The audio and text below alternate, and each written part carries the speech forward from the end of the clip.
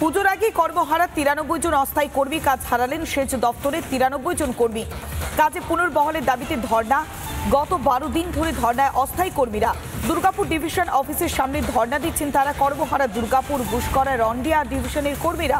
এছাড়াও কাজ হারিয়েছেন পানাগড়, রাজবাঁধ এবং সাতকনিয়া ডিভিশনের কর্মীরা। কাজ হারিয়েছেন সেচ দপ্তরের প্রায় 93 জন কর্মী। কাজে পুনর্বহালের দাবিতে ধর্ণা দিচ্ছেন তারা। গত 12 দিন ধরে ধর্ণায় অস্থায়ী কর্মীরা। কি দাবিতে তারা বিক্ষোভ দেখাচ্ছেন, কেন তারা কাজের জন্য এবার বিক্ষোভ দেখাচ্ছেন, কেন তাদের কাজ হারাতে হচ্ছে, কি কি অভিযোগ তাদের, শুনুন। অফিস থেকে দেখুন সেইভাবে আমাদের কিছু এখনো বলেনি। আর পুজোর আগে এইভাবে তো আমাদের বুঝতেই পাচ্ছেন, আমাদের এই সামান্য বেতনের ওপরেই আমাদের পরিবার চলে। পুরো দিশাহারা হয়ে গেছে।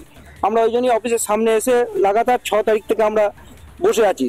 অফিস শুরুর আগের থেকে 10টার আগে থেকে বসে থাকছি, সন্ধ্যে 7টা পর্যন্ত আমরা বসে থাকছি, কিন্তু তার কোনো সুরা আমরা দেখতে পাচ্ছি না। হ্যাঁ, এটাও হয়তো কোনো প্ল্যান হতে পারে ওনাদের, যে এই ছেলেগুলো অনেক বয়স হয়ে যাচ্ছে, এদেরকে বসিয়ে দিয়ে অন্যভাবে আমরা রিক্রুট করে